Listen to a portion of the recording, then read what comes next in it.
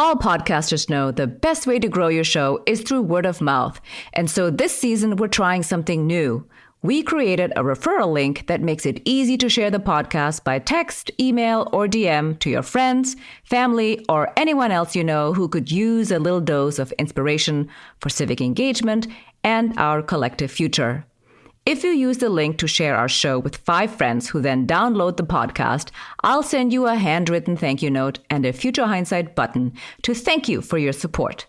If you share it with 10 friends who download an episode, I'll send you a branded Future Hindsight Moleskine notebook. Yup, a real Moleskine notebook with our logo on it. Follow the link in the show notes to help us spread the word, and thank you so much for listening.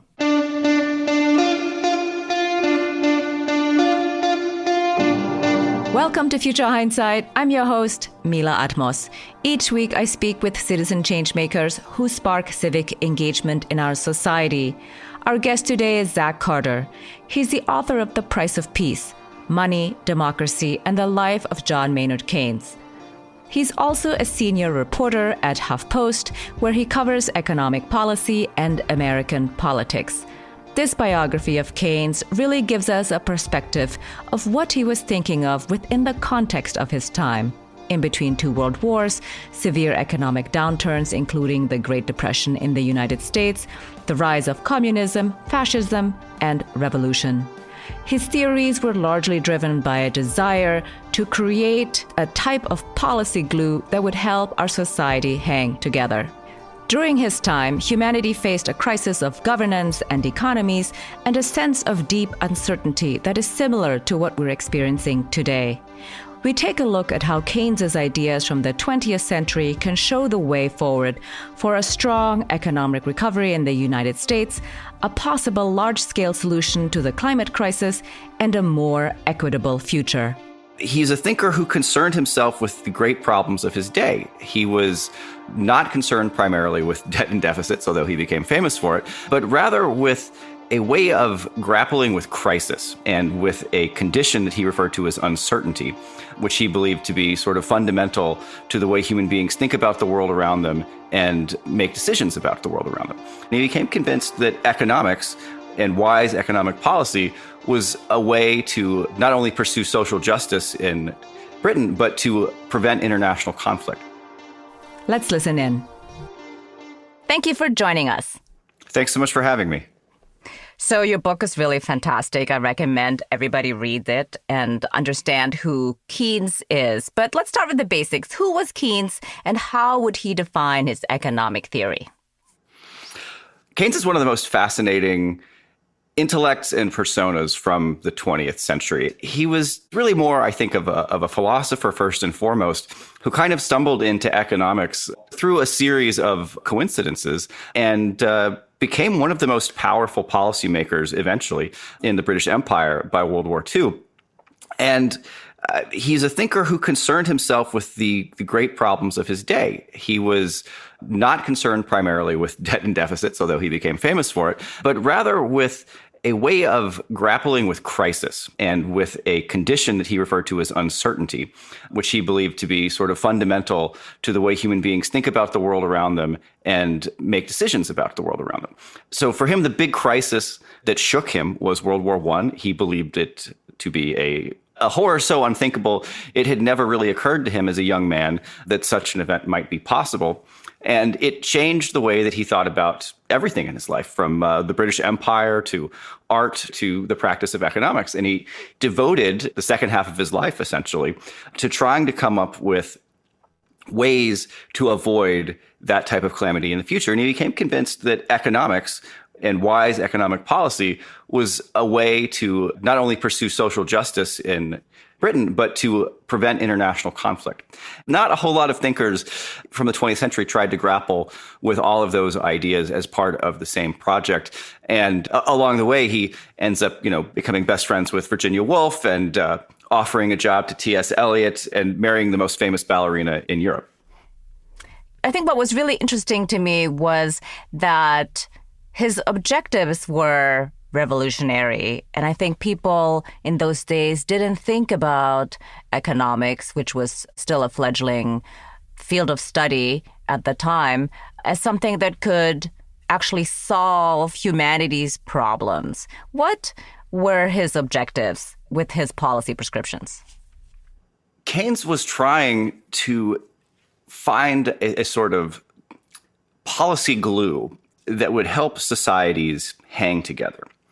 He believed the peace treaty at the end of World War I, the Treaty of Versailles, was written in such a way that it would make it impossible for any of the nations, victor or vanquished, to rebuild themselves economically, and that this economic disruption was going to encourage the development of authoritarianism domestically within different countries in Europe and the United States. But it was also going to encourage international conflict as people saw their own domestic misery, witnessed their governments shipping, war debts overseas to foreign creditors, and then blaming not just foreign creditors, but foreigners for their own domestic misery. He thought that the British Empire was a force for, justice and prosperity and democracy around the world. And he was a little bit nervous about working people and about political parties associated with working people.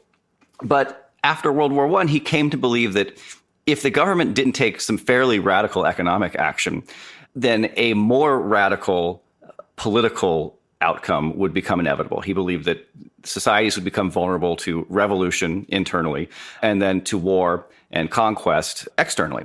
He became interested in the study of inequality and how to alleviate it as a practical matter for preventing conflict and preserving the sort of things that he enjoyed as a member of the British sort of quasi-elite. He had friends who were these great artists in London's Bloomsbury neighborhood, people like Virginia Woolf and her sister Vanessa Bell, Lytton Strachey was another great writer there. And they would go off and hang out with Pablo Picasso at Montparnasse and come back and tell Keynes about everything that was going on while they're getting their hair cut and drinking champagne. So he wanted to keep that kind of lifestyle, and he thought revolution and war was something that would be very threatening to it. So at first, I think for somewhat self-interested reasons, he becomes interested in inequality. But as he studies economics more and more and really develops what we would now call the field of macroeconomics, it doesn't really exist until Keynes starts doing his work as an economist in the 1920s. As he develops that, he comes to think that the sort of questions that economists have traditionally concerned themselves with, questions about scarcity and production, are the wrong sort of questions for the 20th century. The questions they need to answer are questions about uncertainty and how to guide people and countries through times where the future seems more tenuous than it has in the past. Right. Thank you for describing it very thoroughly and also briefly at the same time. That's very hard to do. I was really struck by FDR's comments right after he took office, which seemed to me to be directly coming from Keynes. And I felt like they both understood that what matters most is assuaging the fears of everyday people, that they're safe, that there will be a tomorrow, that their money will be worth something, that their jobs will be there. And I think this idea that there is less inequality and therefore more stability for society is somehow underappreciated. Why is it that we are still sort of feeling like that's obscured from us? It's a fantastic question, and I think the answer is very complicated. In the 1920s and 1930s, this idea that severe inequality would lead to destabilization or instability or revolution even was not just a kooky, wild left-wing thought. This was something that people like Herbert Hoover, who worked with Keynes at the Treaty of Versailles, was very much afraid of at the time as well. But this idea that if something drastic wasn't done, there would be either a communist revolution or a fascist coup of some sort, was very, very widely shared among people who I think we'd refer to as broadly as sort of liberals, Enlightenment liberals. And these people were all over European government and also American government. And so Keynes, and one of his geniuses at least, was his ability to sort of systematize that liberal Enlightenment instinct into a set of a coherent philosophy, which he could then apply to the real world, and which then seemed very intuitive to people when they would read it. But Keynes's ideas, as he writes, both for the public as a journalist and also for economists, particularly in the General Theory of Employment, Interest, and Money, his big magnum opus that comes out in 1936, those ideas start moving through other channels and getting to FDR. So there are people in his administration who are essentially Keynesian economists who are pumping these ideas into FDR's mind for really from a very early standpoint. Before the general theory is written, Keynes has got most of his policy prescriptions for the Depression already baked. He kind of comes up with his economic theory as after the fact to sort of justify his policy prescriptions. But this idea about the connection between deflation, deprivation, inequality, and dictatorship is something that FDR's advisors are saying to him all the time. And these are people who are reading everything Keynes is writing. So that perspective is easier to understand when there has just been a world war and when many countries are, in fact, undergoing revolutions. You have Benito Mussolini coming to power in 1922. In 1924, you have Adolf Hitler's attempted coup in Germany. So these types of revolutionary events are happening all around. And the idea that revolution could be on the docket for your own country doesn't seem so alien. I think for the United States today, none of us have seen a world where the United States is not a dominant world power, where the idea of the United States not being able to meet the moment or take care of its people seemed serious. That may be changing. I hope it's not. The pandemic is really doing a lot of damage to our society in ways that I think we're not quite grappling with. This is going to be a multi-year process for the country to deal with. And the idea that dealing with inequality is essential to how we deal with COVID in particular, I think is not super widely shared. But you can see in much of the economic literature that's being written about the pandemic and in some of the medical literature as well, that there is a very clear connection, not only in the United States, but all over the world, between high levels of inequality and inept responses to the pandemic. So countries that have very severe levels of inequality have a hard time dealing with this.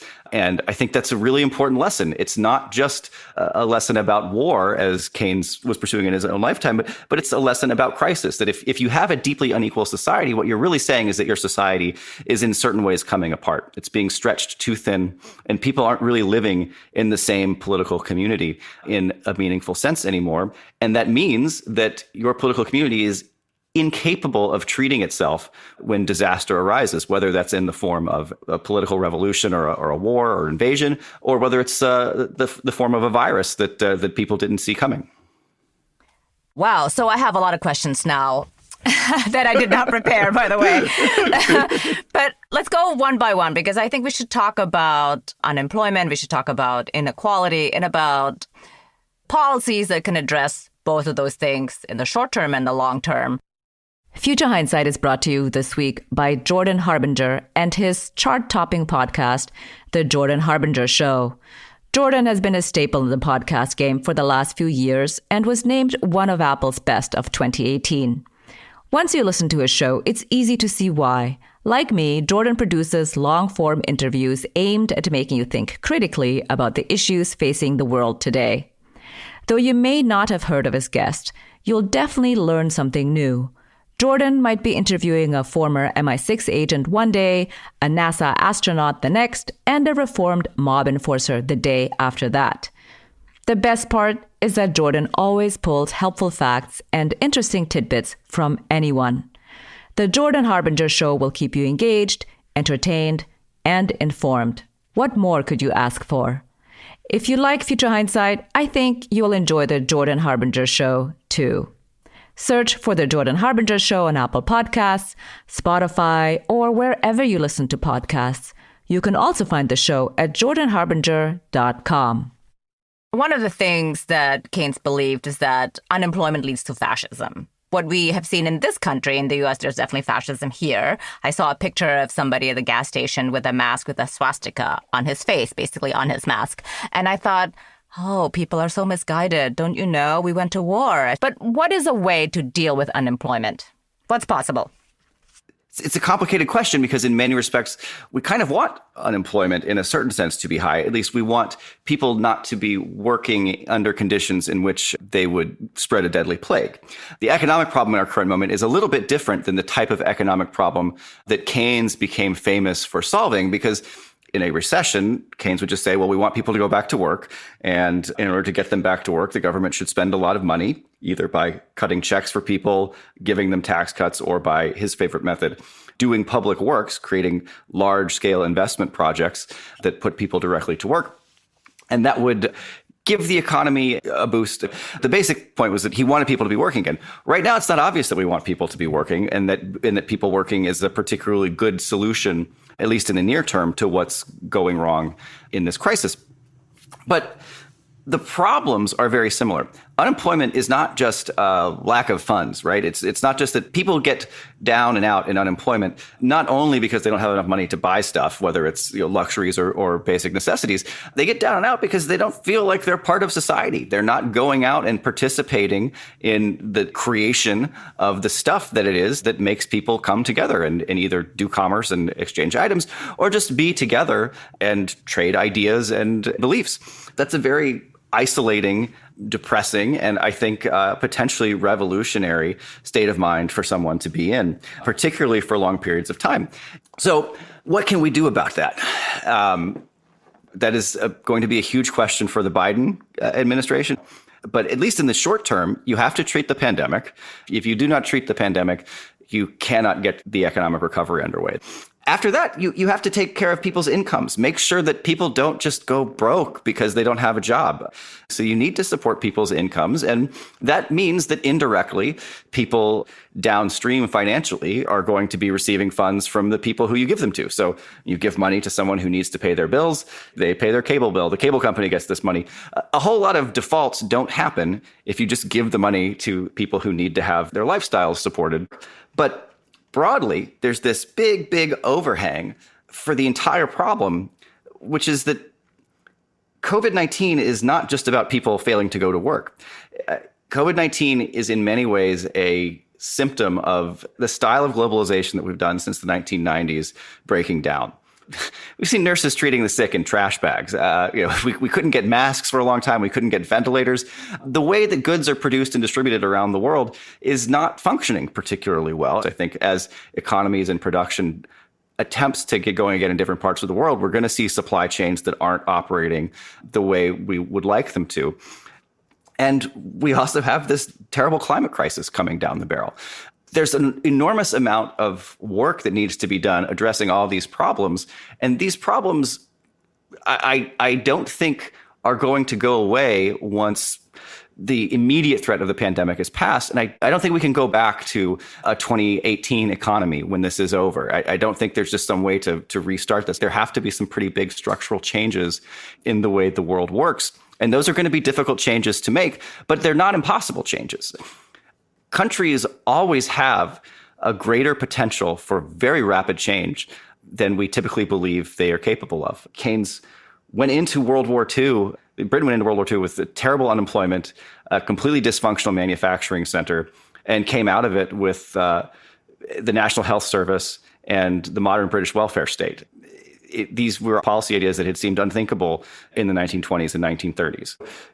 It is very much possible that we can get to 2023 and 2024 and be living in a totally different world than we are living in now. But it will require leadership for that to happen. I certainly don't think the leadership in Congress or in the White House right now is capable of that. But that could change, and it could change very quickly. Yeah, indeed. Actually, I think what is really interesting about the book is that visionary leaders really take the bull by the horn and go for it. If you look at FDR, it's the kind of thing where I think at the time, people, of course, were so desperate that they voted for him in a huge landslide. But all this to say also that he ran with it. If there were a Keynesian in the Biden administration, what would be the first thing to do, aside from writing checks and making sure people have money to spend until they can work again? And once they can work again, what should we be doing? Well, Keynes had this sort of amazing ability to devise these grand schemes that would attempt to kill two or more birds with one stone. He would do these things that would take care of the war debts, and it would deal with inequality, and it would fend off revolution, and it would bring more opera houses to every capital in Europe or something. He would always have these multiple goals for this one project. And I think in this case, climate change is just very, very hard to avoid dealing with. If you're going to be spending enormous amounts of money, and we'll have to spend enormous amounts of money to rebuild our economy when this is over, the question is what you spend it on. And we currently have an economy that is hurtling the world towards ecological destruction. And the science on this has been clear for decades. it would be crazy, I think, for someone of a Keynesian perspective to advise the Biden administration to do anything other than take a massive effort to decarbonize the American economy and to make international agreements to do the same. And so I would put, a very, very high premium on decarbonizing the economy. That means everything from changing the way that we create electricity in the country to overhauling insulation in homes and buildings. An enormous amount of construction work is involved in that project. Certainly, if the private sector is capable of doing it, it has not done it to date. So I think for a lot of these issues, in order for the private economy to get involved, the public economy has to take a very big step and make very large investments so that private investments can become profitable. And I think Keynes would see some sort of decarbonization program, you can call it a Green New Deal, whatever you want, as a matter of paramount importance, the way that FDR saw the Public Works Administration as a matter of paramount importance, or the reforms to the Federal Reserve that he did in his tenure in office.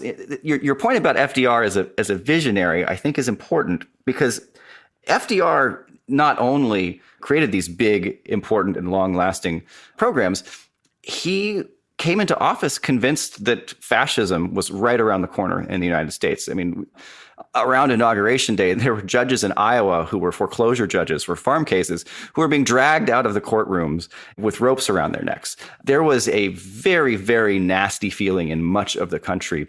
And Roosevelt believed that what had happened in Germany, as he and Hitler came to power in the same year, could be happening in the United States. And he took that threat seriously. And so he was very, very aggressive about the types of policies he was willing to implement to meet them. He understood the stakes, in short. I think the Biden administration is going to need to recognize the stakes in order to take the kind of action that's necessary to fend off political and economic disaster in this country. And I think there's some reason for optimism about that. There is a real sense, even among veterans of the Obama administration, that the response to the crisis of 2008 was inadequate, that they needed to do more to not only make people feel like they were part of the same political project, but to actually engage them in the political project. One of the things that Keynes was adamant about was that our problems were created by human beings, and human beings were capable of solving them. We did not face any task as a society that we could not, in fact, cope with. It was just a matter of summoning the will and sort of the faith to believe that tomorrow could, in fact, be better than today. And that's a hard thing to do. It requires leadership to instill that feeling and belief in people. But it's a necessary thing that good political leaders do. Yeah, that's right. So, the question I have now is about, spending on decarbonizing the U.S. How would that address inequality in our society here in the U.S. if we were to embark on a giant spending project?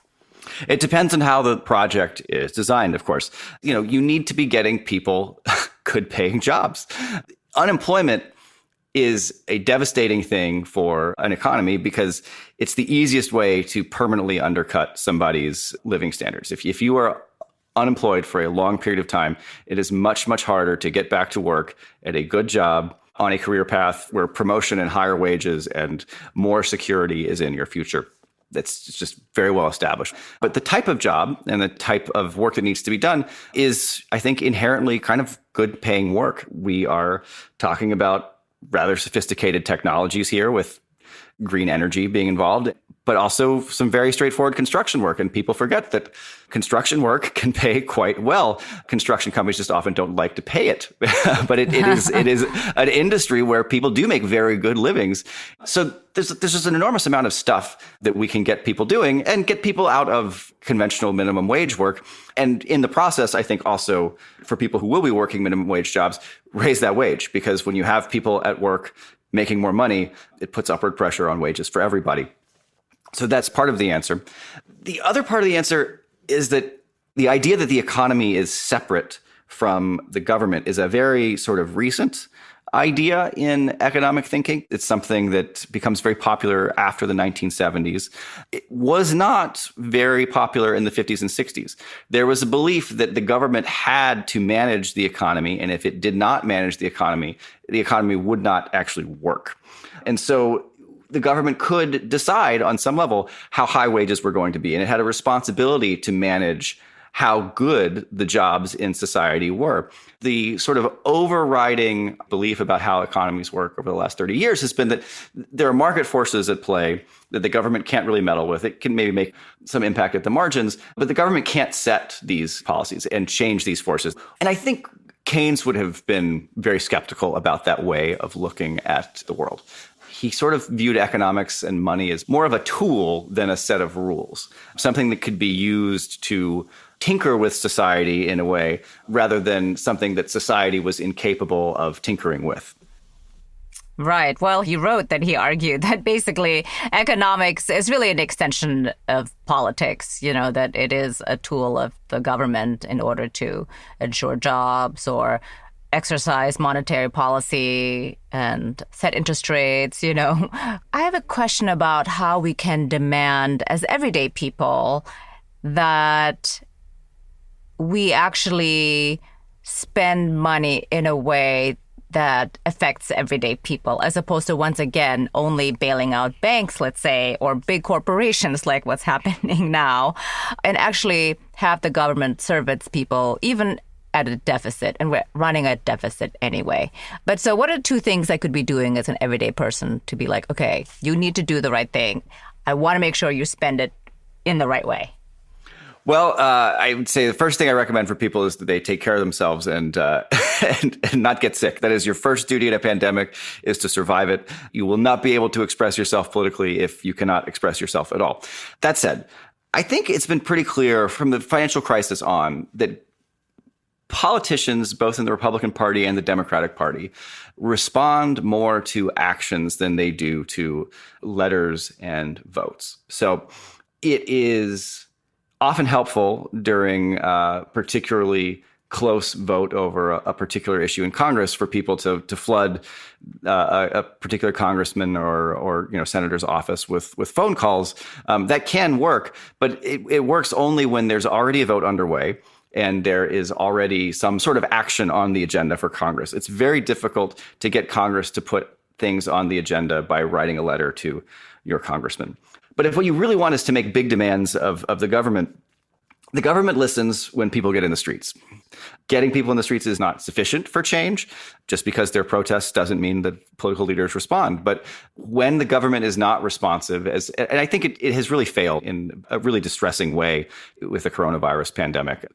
So when you are left out of the political equation like that, it's important to create your own politics. You have to work with your communities to address leaders, whether they're local leaders in the case of police reform or national leaders in the case of these big fiscal projects. And I think it's unlikely that we're going to see a whole lot of relief until January at the earliest. And that means there's a lot of time, the upside of that, for people to organize and to talk to each other. We have all of these great communications tools for the 21st century that people can use to talk about what their communities need. And if you can get people together talking about these things, that's politics. Contact your neighbors and find out what they need to get through this and just listen to them. That's what representatives are supposed to do. They don't do it as well as I think they should. But just finding out what your neighbors need is itself something that I think is an important political act, which can ultimately be used when we have leaders who are willing to listen again. Well, here's my last question. Looking into the future, what makes you hopeful? Oh, don't laugh. No, don't laugh. It's a serious question. But seriously, I detect that you're an optimist, all in all. Yes. So, Keynes was an inveterate optimist. He often to the point of, I think, delusion, but he always believed that however grave the problem was, society could solve it just by setting its mind to it. And the things that make me optimistic, I think, are the things that make other people optimistic. I have a one-year-old daughter, and when you have a one-year-old, you can't help but think about tomorrow and think about making the world a better place for her and something that will be exciting and wonderful to be a part of. Politically, I think what makes me optimistic is that for all the horrors that we've been through since 2008, or since 2003. I think the Iraq invasion was a real watershed moment for the United States in ways that we've still not fully grappled with. For all of these disappointments and disasters that have ensued, the country is still here and people still believe in each other.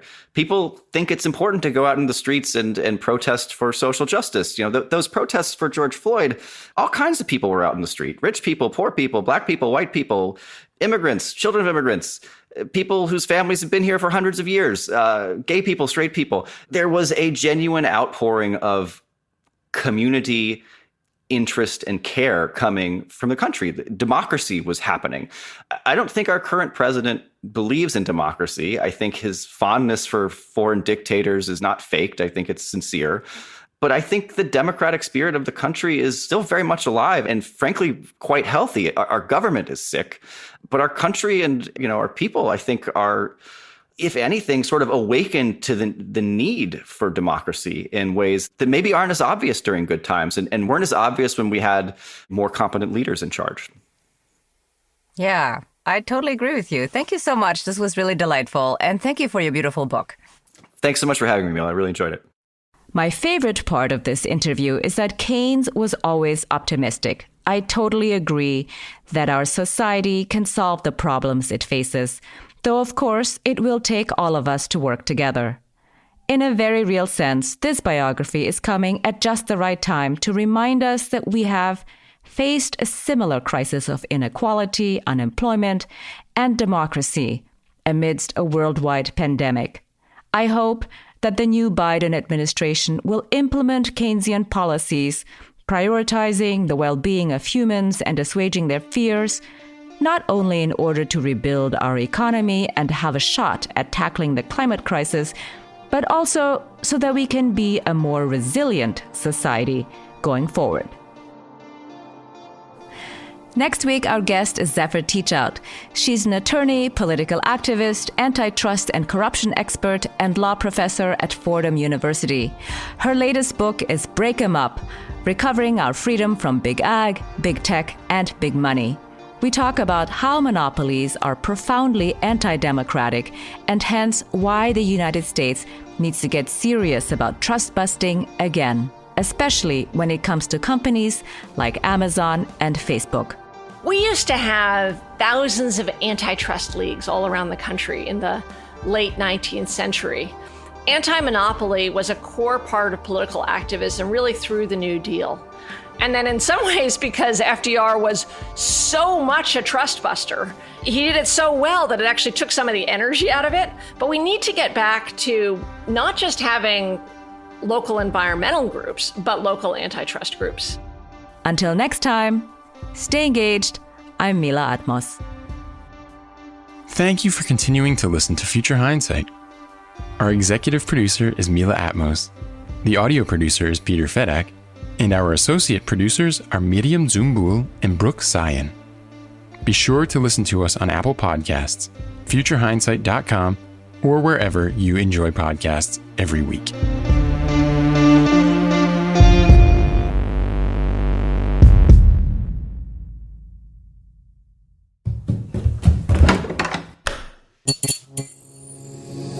This podcast is part of the Democracy Group.